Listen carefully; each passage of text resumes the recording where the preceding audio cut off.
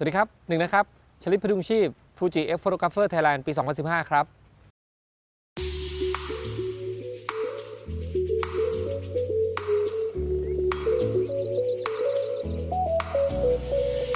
ก่อนอื่นต้องขอขอบคุณ Fuji Film นะครับที่ให้โอกาสได้เป็นตัวแทนจากผู้ใช้งานได้ทำการทดสอบ X-T3 ตัวนี้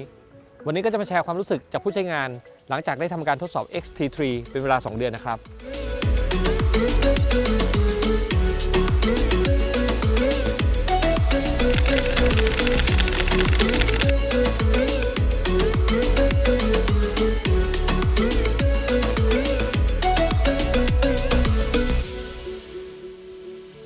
ถามว่าสัมผัสแรกรู้สึกยังไงกับ Fuji X-T3 ต้องบอกว่าตอนได้รับกล้องมาทีแรกเนี่ยถึงก็ต้องหันไปถามว่าที่หยิบกล้องมาผิดให้ผมหรือเปล่า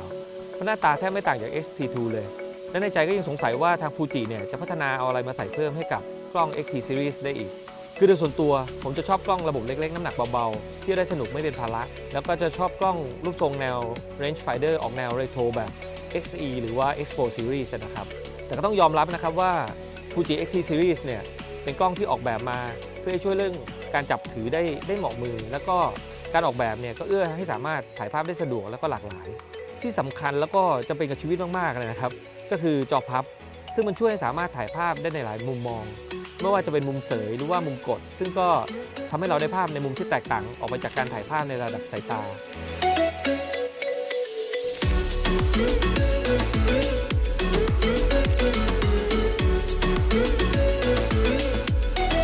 ซึ่งตัวจอพับเองก็ถูกพัฒนามาตั้งแต่ XT1 ซึ่งสามารถพับขึ้นลงได้อย่างเดียวจนมาถึง XT2 ซึ่งสามารถพับในแนวตั้งได้อีกทำให้เวลาถ่ายรูปแนวตั้งในมุมต่ำเนี่ยไม่ต้องใช้ความพยายามมากนักจนมาถึง XT3 ก็คิดว่าน่าจะจบแล้วแต่ก็ยังมีการแก้ไขปุ่มปลดล็อกซึ่งเดิมต้องดันซ้ายขวาเพื่อปลดล็อกซึ่งผมเองก็ไม่เคยจำได้สักทีว่ามันต้องดันไปด้านไหนจนทำให้เวลาต้องการใช้เร่งด่วนเนี่ยหลายๆครั้งก็ติดขัดจนไม่ได้ใช้มันซะเลยจนมาถึง XT3 เนี่ยก็เปลี่ยนเป็นกดเพื่อปลดล็อกซึ่งทำให้เดี๋ยวนี้สามารถกลับมาใช้จอพับแนวตั้งได้สะดวกแล้วก็ใช้ได้บ่อยมากขึ้น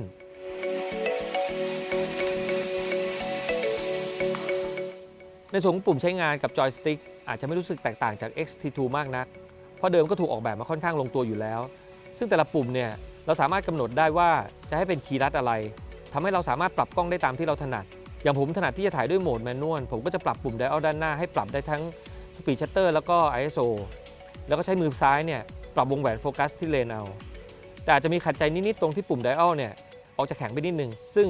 บางคนอาจจะชอบก็ได้เพราะว่ามันจะเข้าล็อกแบบกึบๆเลยแต่ผมเองเป็นคนเหงื่อเยอะเวลาเหงื่อออกบางทีก็จะลื่นหน่อยๆส่วนตัวเลยชอบแบบเบาๆลื่นๆมากกว่าซึ่งตัวที่ใช้อยู่นี่เป็นตัว Pre-Production ก็ต้องรอดูนะครับว่าตัวที่ออกมาขายจริงๆเนี่ยจะเป็นยังไงบ้างแล้วอีกอันหนึ่งที่ประทับใจในความขยันของผู้ออกแบบก็คือปุ่มปรับสายตาเดิมทีเนี่ยอาจจะมีพลาดไปโดน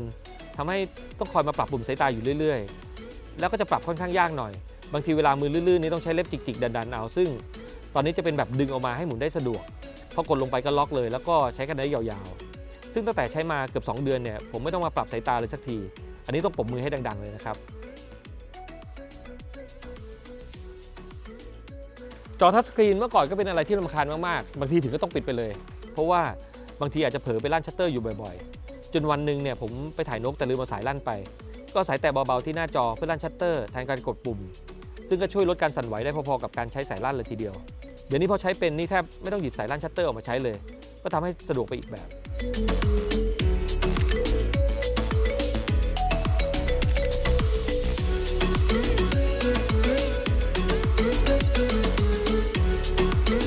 ในส่วนบอดี้เนี่ย XT3 ต้องยอมรับว่าถูกออกแบบมาให้ถึกทนกันน้ำและกันฝุ่นจริงๆเพื่อนๆที่รู้จักกันหลายๆคนคงจะรู้กันดีว่า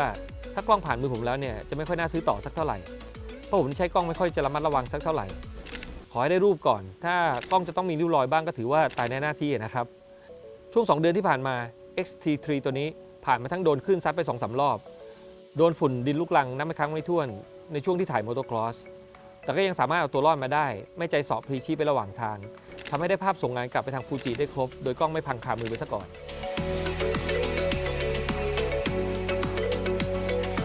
ในโหมดของการถ่ายภาพนี่คุณจะต้องเริ่มจากจุดโฟกัสก่อนเลยผมถูกใจตรงที่จุดโฟกัสครอบคลุมทั่วทั้งเซนเซอร์มากๆปกติผมจะชอบถ่ายภาพในแนวมินิมอลซึ่งบางทีก็ไม่ได้วาง subject ตามกฎ3ส่วนสักเท่าไหร่หลายๆครั้งนี่ก็จะชอบวาง subject ไว้ตรงขอบภาพซึ่งบางทีจุดโฟกัสก็ไม่ครอบคลุมไปถึงขอบภาพก็ต้องอาศัยวิธีโฟกัสที่แบบก่อนแล้วก็ค่อยๆแพนกล้องเพื่อรีคอมโพสเอาแต่ตัว X-T3 เนี่ยเราสามารถจัดองค์ประกอบภาพแล้วก็เลื่อนจุดโฟกัสไปหาแบบได้เลยอย่างภาพนี้แฟนผมบอกว่าอยากให้ถ่ายภาพให้ดูตัวเล็กๆหน่อยผมเลยบอกให้เดินไปนู่นเลยกระท่อมไปนาไกลๆนู่นเลยพอจัดองค์ประกอบภาพเสร็จเนี่ยเราก็เลื่อนจุดโฟกัสไปตรงแถวๆขอบภาพผ่านหน้าต่างไปยังตัวแบบพอมาขยายดูก็จะพบว่าตัวแบบเนี่ยไม่หลุดโฟกัสแล้วความคมชัดของขอบภาพก็ทำออกมาได้ดีทีเดียวถัดมาก็เป็นเรื่องของความเร็วในการโฟกัสซึ่ง X-T3 เนี่ยได้รับการพัฒนาให้โฟกัสได้เร็วขึ้น tracking focus ก็ทำได้ดีขึ้นจากเดิมที่ผมอาจจะไม่ค่อยถนัดถ่ายภาพแนวแอคชั่นสักเท่าไหร่ก็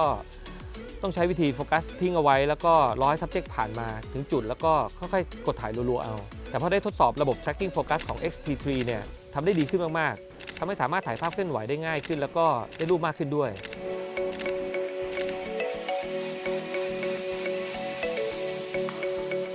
ในส่วนการถ่ายภาพต่อเนื่องก็เร็วขึ้นนะครับทั้ง Mechanic Shutter แล้วก็ Electronic Shutter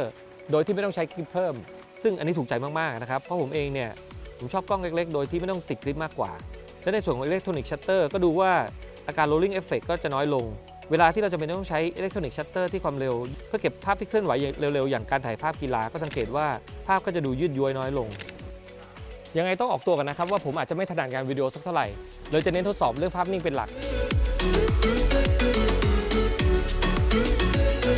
ตอนได้กล้องมาใหม่ๆเนี่ยผมก็ทดสอบในจุดที่สงสัยก่อนเลยเป็นหลักก็คือเรื่องการบริหารจัดการเรื่องความร้อนโดยเริ่มจากการถ่ายลอง exposure ในที่แสงน้อยๆและจากการถ่ายต่อเนื่องหลายๆใบก็จะพบว่าตัวกล้องเองเนี่ยไม่พบว่ามีความร้อนสูงขึ้นผิดปกติและสังเกตจากไฟล์ JPEG จากตัวกล้องก็ยังไม่พบ hot pixel ในส่วนมืดซึ่งเป็นปัญหาที่มักจะพบในกล้อง mirrorless ที่มีความละเอียดภาพสูงๆก็น่าจะเป็นผลมาจากการพัฒนาการระบายความร้อนที่ดีขึ้น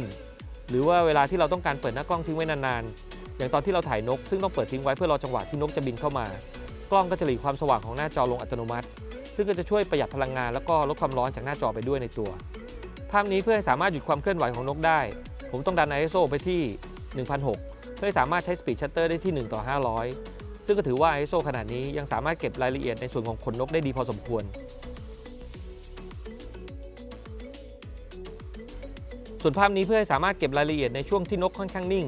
ผมก็จะลด ISO เหลือแค่ 200 กับ Speed Shutter ที่ 1:125 บางครั้งถ้า Speed Shutter ต่ำๆเนี่ยการใช้เทเลยาวๆถ้าเราใช้ Mechanic Shutter ก็อาจจะทำให้ภาพเบลอจากความสะท้านในตอนที่ม่านชัตเตอร์สับลงมาได้ส่วนใหญ่ผมจะเลือกใช้ Electronic Shutter ในกรณีที่ใช้เทเลยาวๆกับ Speed ต่ำๆเป็นหลักภาพนี้ถ่ายที่บางตะบูนเป็นช่วงที่ฟ้าเริ่มสว่างผมใช้เลนส์เทเล XF 200 ถ่ายเพื่อให้ภาพดูมีเลเยอร์โดยมีแนวเสาเป็นฉากหน้าและมีกระท่อมเล็กๆสีจางๆเป็นฉากหลังโดยจะมีกระท่อมด้านซ้ายเป็น subject หลักแล้วก็รอจังหวะที่มีเรือกับนกผ่านเข้ามาประกอบในเฟรมโดยจะใช้ความเร็วชัตเตอร์ค่อนข้างสูงเพื่อจะหยุดความเคลื่อนไหวของนกด้วยช่วงแรกที่ได้กล้องมาก็ต้องให้ได้ภาพก่อนเพื่อเรียกความมั่นใจนะครับที่วัดพระศรีมหาธาตุจังหวัดอยุธยาก็เป็นอีกที่หนึ่งที่ผมไปถ่ายอยู่บ่อยๆแต่ด้วยความที่เป็นช่วงหน้าฝนแล้วก็ฟ้าไม่ค่อยเปิดภาพนี้ถ้าถ่ายด้วยแสงธรรมชาติก็อาจจะออกมาค่อนข้างแบนผมเลยใช้เทคนิคยิงแฟลชสวนมาจากฝั่งตรงข้ามเพื่อจะสร้างความต่างของแสงเพื่อขับให้ลวดลายของร่างไม้แล้วก็เสียนพระดูคมชัดมากยิ่งขึ้นภาพนี้ถ่ายที่หาดกะหลิมภูเก็ตผมใช้เลนส์ XF 16 f 1.4 ถ่ายในระดับเลียดน้ำเพื่อเก็บเงาสะท้อนของตัวแบบในน้ำและใช้สปีดชัตเตอร์1:1000เพื่อหยุดความเคลื่อนไหวของคลื่นในจังหวะที่กำลังสาดเข้ามาแต่เนื่องจากความต่างของแสงค่อนข้างสูงนะครับผมจะปรับ Shadow -2 Highlight -2 เพื่อจะลดความต่างของส่วนสว่างและส่วนมืดทำให้สามารถเห็นรายละเอียดในส่วนมืดได้มากขึ้นโดยที่ส่วนสว่างก็จะไม่สว่างจนแสงโอเวอร์ภาพนี้เป็นช่วงที่ได้ไปล่องเรือเพื่อเก็บภาพที่ทะเลน้อยซึ่งก็จะมีเรือที่มาตกปลาอยู่หลายลำภาพนี้ผมเปิดรูรับแสงให้แคบที่สุดที่ f16 เพื่อระยะชัดลึกสามารถเก็บบัวที่เป็นฉากหน้าชัดไปจนถึงเรือที่อยู่ด้านหลังและด้วยความโชคดีก็มีแมงปอบินมาเข้าฉากด้านขวาเพื่อสร้างความสมดุลให้กับภาพได้พอดีภาพนี้เป็นแนวที่ผมค่อนข้างถนัดช่วงที่ไปเดินเก็บภาพจากหัวลำโพงถึงตลาดน้อย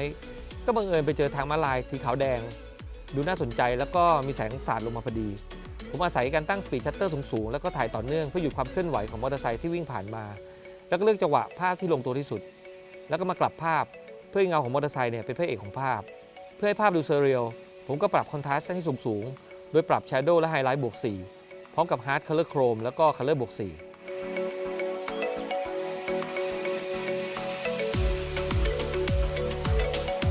ช่วงที่ได้ไปเก็บภาพที่ปากปละที่พัทลุงนะครับก็มีโอกาสได้ไปเก็บภาพลุงนกโดยมียอยักษ์เป็นฉากหลัง